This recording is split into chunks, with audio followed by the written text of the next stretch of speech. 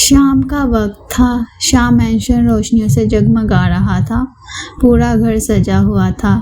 دادی اماں بار بار دروازے کی طرف دیکھ رہی تھیں، جیسے انہیں برسوں سے کسی کا انتظار ہو، اور آج وہ انتظار ختم ہونے والا تھا۔ باہر ایک گاڑی آ کر رکی۔ دادی اماں کے چہرے پر مسکراہٹ آ گئی میری بچی۔ گاڑی کا دروازہ کھلا، ماہرین باہر اتری۔ کئی مہینوں بعد وہ دوبارہ اس گھر کے سامنے کھڑی تھی، وہی گھر جہاں اس نے اپنی زندگی کے سب سے خوبصورت اور سب سے تکلیف دہ دن گزارے تھے۔ اس کے قدم ایک لمحے کو رک گئے۔ پرانے زخم پھر سے یاد آنے لگے، مگر اسی لمحے زیان اس کے پاس آ کھڑا ہوا۔ ڈرو مت، اس کی آواز نرم تھی۔ اس بار تم اکیلی نہیں ہو۔ ماہرین نے اس کی طرف دیکھا اور نہ جانے کیوں دل کو سکون مل گیا۔ وہ دونوں اندر داخل ہوئے۔ دادی اماں فوراً آگے بڑھیں اور ماہرین کو اپنے سینے سے لگا لیا۔ میری بچی واپس آ گئی۔ ماہرین کی آنکھیں نم ہو گئیں۔ میں نے آپ کو بہت یاد کیا۔ دادی اماں مسکرا دی، اور ہم نے بھی۔ فرزانہ پھوپھی بھی آگے آئیں۔ ان کی آنکھوں میں شرمندگی تھی۔ مجھے معاف کر دو بیٹا۔ ماہرین نے فوراً ان کے ہاتھ تھام لیے۔ پرانی باتیں ختم ہو چکی ہیں۔ فرزانہ پھوپھی کی آنکھوں سے آنسو نکل آئے، کیونکہ معاف کرنا ہر کسی کے بس کی بات نہیں ہوتی، اور ماہرین نے دل بڑا کر لیا تھا۔ اسی رات شام مینشن میں ایک چھوٹی سی تقریب رکھی گئی۔ گھر میں پہلی بار حقیقی خوشی محسوس ہو رہی تھی۔ سب ہنس رہے تھے، باتیں کر رہے تھے، اور کافی عرصے بعد زیان بھی دل سے مسکرا رہا تھا۔ تقریب کے دوران دادی اماں نے اچانک اعلان کیا، آج سے ماہرین فاؤنڈیشن کی تمام ذمہ داری ماہرین کے پاس ہوں گی۔ سب نے تالیاں بجائیں۔ ماہرین حیران رہ گئی۔ میں؟ دادی اماں مسکرا دی۔ ہاں تم۔ یہ تمہارا خواب تھا، اب اسے تم ہی سنبھالو گی۔ ماہرین کی آنکھوں میں خوشی کے آنسو آ گئے، اور زیان وہ خاموشی سے اسے دیکھ رہا تھا، اس کی خوشی دیکھ کر جیسے اس کا اپنا دل خوش ہو رہا تھا۔ رات کافی ہو چکی تھی، مہمان جا چکے تھے، اور گھر میں خاموشی چھا گئی تھی۔ ماہرین بالکنی میں کھڑی چاند کو دیکھ رہی تھی۔ تبھی زیان وہاں آ گیا۔ خوش ہو؟ ماہرین نے مسکرا کر سر ہلا دیا۔ بہت۔ زیان کے چہرے پر سکون آ گیا۔ بس یہی چاہتا تھا۔ کچھ لمحے خاموشی رہی، پھر ماہرین نے پہلی بار خود اس سے سوال کیا، اتنا سب کیوں کیا میرے لیے؟ زیان ہلکا سا مسکرایا، کیونکہ میں نے تمہیں کھونے کے بعد تمہاری قیمت سیکھی۔ ماہرین کا دل بھر آیا، اور پہلی بار اس نے محسوس کیا کہ شاید قسمت نے واقعی انہیں دوسرا موقع دیا ہے۔ مگر اسی وقت شام مینشن کے مرکزی دروازے پر ایک گاڑی آ کر رکی۔ رات کے 12 بج رہے تھے، اور اتنی رات کو کسی کا آنا غیر معمولی بات تھی۔ چوکیدار دروازے کی طرف بڑھا۔ کچھ لمحوں بعد وہ حیران چہرے کے ساتھ واپس آیا۔ دادی اماں، باہر ایک خاتون آئی ہیں۔ وہ کہتی ہیں انہیں زیان شاہ سے فوراً ملنا ہے۔ حال میں موجود سب لوگ چونک گئے۔ دادی اماں نے حیرانی سے پوچھا، کون ہے وہ؟ چوکیدار نے ہچکچاتے ہوئے جواب دیا، وہ کہتی ہیں ان کا تعلق زیان کے ماضی سے ہے۔ اور یہ سن کر زیان کے چہرے کا رنگ اچانک بدل گیا۔ ہال میں عجیب سی خاموشی چھا گئی۔ چوکیدار کے الفاظ ابھی تک سب کے کانوں میں گونج رہے تھے۔ ان کا تعلق زیان کے ماضی سے ہے۔ ماہرین نے بے اختیار زیان کی طرف دیکھا، اور پہلی بار اس کے چہرے پر بے چینی دیکھی۔ زیان چند لمحے خاموش کھڑا رہا، پھر دھیرے سے بولا، انہیں اندر آنے دو۔ چند منٹ بعد ایک خاتون ہال میں داخل ہوئیں۔ ان کی عمر قریباً 50 سال کے قریب تھی۔ سادہ لباس، تھکا ہوا چہرہ اور آنکھوں میں برسوں کی تھکن۔ سب حیران تھے کیونکہ کوئی بھی انہیں نہیں جانتا تھا، مگر زیان جانتا تھا بہت اچھی طرح۔ اس کے لبوں سے بے اختیار نکلا، خالہ جان۔ ماہرین چونک گئی۔ دادی اماں بھی حیران رہ گئیں۔ نسرین؟ خاتون کی آنکھوں میں آنسو آ گئے۔ السلام علیکم۔ پورا حال خاموش تھا۔ نسرین بیگم زیان کی مرحوم والدہ کی بڑی بہن تھی اور تقریباً 15 سال سے سب سے دور رہ رہی تھیں۔ کسی کو معلوم نہیں تھا کہ وہ کہاں ہیں یا کیوں اچانک سب سے رابطہ ختم کر دیا تھا۔ دادی اماں آگے بڑھی۔ اتنے سال بعد؟ نسرین بیگم کی آنکھیں جھک گئیں۔ مجبوری تھی۔ زیان خاموشی سے انہیں دیکھتا رہا، پھر پوچھا، آپ یہاں کیوں آئی ہیں؟ یہ سوال سن کر نسرین بیگم کی آنکھوں میں نمی بڑھ گئی، کیونکہ اب وقت آ گیا ہے کہ تم ایک سچ جان لو۔ ہال میں موجود سب لوگ چونک گئے۔ ماہرین بھی بے اختیار سیدھی ہو کر بیٹھ گئی۔ نسرین بیگم نے کانپتی آواز میں کہا، تمہارے والد کی موت حادثہ نہیں تھی، جیسے وقت رک گیا ہو۔ زیان کا چہرہ سفید پڑ گیا۔ کیا؟ نسرین بیگم کی آنکھوں سے آنسو بہنے لگے۔ کسی نے ان کے ساتھ دھوکہ کیا تھا اور وہ شخص آج بھی آزاد گھوم رہا ہے۔ پورے حال میں سناٹا چھا گیا۔ دادی اماں کے ہاتھ کانپنے لگے۔ یہ تم کیا کہہ رہی ہو؟ نسرین بیگم نے ایک پرانا لفافہ نکالا۔ میرے پاس ثبوت ہے۔ زیان نے لفافہ لے لیا۔ اس کے ہاتھ لرز رہے تھے۔ لفافے میں پرانے کاغذات تھے اور چند تصاویر۔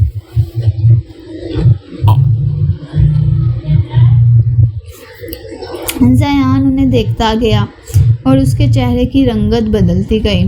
ماہرین کا دل بے چین ہو گیا کیونکہ اس نے زیان کو کبھی اس حالت میں نہیں دیکھا تھا۔ پھر اچانک زیان نے کاغذات بند کر دیے اور خاموشی سے اوپر اپنے کمرے کی طرف چلا گیا، بغیر کچھ کہے، بغیر کسی کو دیکھے۔ ماہرین فوراً اس کے پیچھے گئی۔ کمرے میں داخل ہوئی تو دیکھا زیان کھڑکی کے سامنے کھڑا تھا۔ اس کی آنکھیں سرخ تھیں اور چہرے پر شدید تکلیف تھی۔ زیان؟ ماہرین نے آہستہ سے پکارا، مگر وہ خاموش رہا۔ کئی لمحوں بعد اس نے دھیرے سے کہا، میری پوری زندگی ایک جھوٹ پر مبنی تھی۔ ماہرین کا دل بیٹھ گیا۔ زیان نے مڑ کر اسے دیکھا۔ میں سمجھتا رہا میرے والد ہمیں چھوڑ کر چلے گئے۔ میں خود کو مضبوط بنانے میں لگا رہا، مگر اگر ان کے ساتھ واقعی دھوکہ ہوا تھا۔ اس کی آواز ٹوٹ گئی۔ تو میں اتنے سال خاموش کیوں رہا؟ ماہرین آہستہ سے اس کے قریب آئی اور پہلی بار اس نے خود اس کا ہاتھ تھام لیا، کیونکہ تمہیں سچ معلوم نہیں تھا۔ زیان کی آنکھوں میں نمی اتر آئی اور اس لمحے اس نے اپنا سر ماہرین کے کندھے پہ رکھ دیا، بغیر کسی غرور کے، بغیر کسی دیوار کے، صرف ایک تھکا ہوا انسان بن کر۔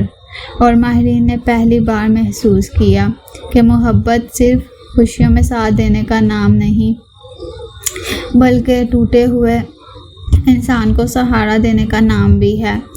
رات بھر زیان کو نیند نہیں آئی۔ اس کے سامنے بار بار وہی فائل کھل جاتی، وہی تصاویر، وہی دستاویزات اور وہی سوال۔ اگر ابا کی موت حادثہ نہیں تھی تو پھر حقیقت کیا تھی؟ زندگی میں پہلی بار زیان خود کو بے بس محسوس کر رہا تھا، کیونکہ یہ معاملہ صرف کاروبار یا دولت کا نہیں تھا، یہ اس کے والد کا معاملہ تھا، اس کے خاندان کا، اس کے ماضی کا۔ صبح ہوتے ہی وہ نسرین بیگم کے پاس پہنچ گیا۔ ماہرین بھی اس کے ساتھ تھی۔ نسرین بیگم کئی پرانے کاغذات میز پر رکھ چکی تھیں۔ ان کی آنکھوں میں برسوں کا بوجھ صاف نظر آ رہا تھا۔ اب سب کچھ بتا دیجیے، ذیان نے سنجیدہ لہجے میں کہا۔ نسرین بیگم نے گہرا سانس لیا۔ تمہارے والد بہت ایماندار انسان تھے، لیکن ان کے کاروباری ساتھیوں میں سے ایک ایسا شخص بھی تھا جو صرف دولت چاہتا تھا۔ ذیان کی مٹھیاں بھیج گئیں۔ کون؟ نسرین بیگم خاموش ہو گئی، جیسے وہ نام لینے سے بھی ڈر رہی ہوں۔ پھر آہستہ سے بولیں، رفیق ملک۔ یہ نام سنتے ہی ذیان چونک گیا۔ ماہرین بھی حیران رہ گئی، کیونکہ رفیق ملک کوئی اجنبی نہیں تھا۔ وہ شہر کے بڑے تاجروں میں شمار ہوتا تھا اور سالوں سے شاہ خاندان کے قریب سمجھا جاتا تھا۔ ذیان کی آواز سخت ہو گئی۔ یہ نام آپ کو کیسے معلوم؟ نسرین بیگم نے ایک تصویر آگے کر دی۔ تصویر میں ذیان کے والد تھے اور ان کے ساتھ رفیق ملک، دونوں ایک دفتر میں موجود تھے۔ تمہارے والد کو ان پر بہت بھروسہ تھا، مگر بعد میں مجھے کچھ ایسی باتیں معلوم ہوئی جنہوں نے سب کچھ بدل دیا۔ کمرے میں خاموشی چھا گئی۔ میں نے تمہارے والد کو خبردار کرنے کی کوشش کی تھی، لیکن تب تک بہت دیر ہو چکی تھی۔ ذیان کے چہرے پر غصہ نمایاں ہو گیا۔ آپ نے اتنے سال خاموشی کیوں اختیار کی؟ یہ سوال سن کر نسرین بیگم کی آنکھوں سے آنسو نکل آئے۔ کیونکہ مجھے دھمکیاں دی گئی تھیں، میں اکیلی تھی اور تم بہت چھوٹے تھے۔ ذیان خاموش ہو گیا۔ پہلی بار اسے احساس ہوا کہ شاید نسرین بیگم بھی اس سچ کی قیدی رہی تھی۔ اسی دوران ماہرین نے کاغذ اٹھایا اور غور سے دیکھنے لگی۔ اچانک اس کی نظریں ایک تاریخ پر جا رکیں۔ یہ تو ذیان نے فوراً پوچھا، کیا ہوا؟ ماہرین نے کاغذ اس کے سامنے رکھ دیا۔ یہ تاریخ تمہارے والد کے انتقال سے صرف 2 دن پہلے کی ہے۔ ذیان نے کاغذ پڑھا۔ وہ ایک مالی معاہدہ تھا جس میں بڑی رقم کے غائب ہونے کا ذکر تھا اور دستخط رفیق ملک کے تھے۔ کمرے کا ماحول مزید سنگین ہو گیا۔ ذیان کی آنکھوں میں اب صرف ایک چیز تھی، سچ جاننے کا عزم۔ اسی شام وہ اپنے دفتر پہنچا اور پرانے ریکارڈ نکالنے کا حکم دیا۔ سالوں پرانی فائلیں، پرانے حسابات، پرانے معاہدے، سب کچھ۔ ماہرین بھی اس کے ساتھ موجود تھی۔ وہ خاموشی سے اس کا حوصلہ بڑھا رہی تھی، اور ذیان کو پہلی بار محسوس ہوا کہ زندگی کی ہر جنگ اکیلے نہیں لڑی جاتی۔ کچھ جنگوں میں ساتھ کھڑا ایک انسان ہی سب سے بڑی طاقت بن جاتا ہے۔ رات گئے جب سب فائلیں دیکھ رہے تھے، اچانک ایک پرانا ریکارڈ سامنے آیا۔ اس میں ایک اور نام درج تھا، ایسا نام جسے دیکھ کر ذیان کا چہرہ بدل گیا، اور ماہرین بھی حیرت سے ساخت رہ گئی، کیونکہ وہ نام تھا فرزانہ بیگم، ذیان کی اپنی پھوپھی۔ دفتر میں مکمل خاموشی چھا گئی۔ سب کی نظریں اس ایک نام پر جمی ہوئی تھیں، فرزانہ بیگم، ذیان کی پھوپھی، وہی خاتون جنہوں نے اسے بچپن سے سنبھالا تھا، وہی جنہیں وہ اپنی ماں جیسا احترام دیتا تھا۔ یہ نام یہاں کیسے آ سکتا ہے؟ ذیان نے بے یقینی سے کہا۔ ماہرین نے فائل دوبارہ دیکھی۔ شاید ہمیں پوری بات جانے بغیر کوئی نتیجہ نہیں نکالنا چاہیے۔ ذیان نے گہرا سانس لیا۔ وہ جانتا تھا کہ ماہرین درست کہہ رہی ہے، مگر دل اور دماغ کی جنگ شروع ہو چکی تھی۔ رات کو شاہ مینشن میں فرزانہ پھوپھی معمول کے مطابق بیٹھی تھی، مگر ذیان کے چہرے کی سنجیدگی دیکھ کر وہ پریشان ہو گئی۔ سب خیریت ہے؟ ذیان نے چند لمحے خاموش رہ کر فائل ان کے سامنے رکھ دی۔ مجھے اس کا جواب چاہیے۔ فرزانہ پھوپھی نے فائل کھولی اور اگلے ہی لمحے ان کا رنگ اڑ گیا۔ یہ؟ ان کے ہاتھ کانپنے لگے۔ یہ فائل تمہیں کہاں سے ملی؟ ذیان کے دل کی دھڑکن تیز ہو گئی، کیونکہ ان کا رد عمل عام نہیں تھا۔ پہلے آپ بتائیں، یہ نام یہاں کیوں ہے؟ فرزانہ پھوپھی بھی کی آنکھوں میں آنسو آ گئے، کیونکہ میں جانتی تھی کہ تمہارے والد خطرے میں ہیں۔ کمرے میں خاموشی چھا گئی۔ دادی اماں بھی چونک گئی۔ فرزانہ پھوپھی رونے لگیں۔ میں نے اپنے بھائی کو خبردار کرنے کی کوشش کی تھی۔ میں نے ان سے کہا تھا کہ رفیق ملک پر بھروسہ نہ کریں، مگر انہوں نے میری بات نہیں مانی۔ زیان خاموش کھڑا رہا۔ پھر یہ دستخط؟ فرزانہ پھوپھی نے فائل کی طرف دیکھا۔ یہ گواہ کے طور پر تھے۔ میں نے صرف اس لیے دستخط کیے کیونکہ مجھے لگا سب قانونی کارروائی ہے۔ مجھے حقیقت کا اندازہ نہیں تھا۔ ان کی آواز میں درد تھا اور ماہرین محسوس کر سکتی تھی کہ وہ سچ بول رہی ہیں۔ اسی رات ماہرین اپنے کمرے میں بیٹھی فائلیں دیکھ رہی تھی۔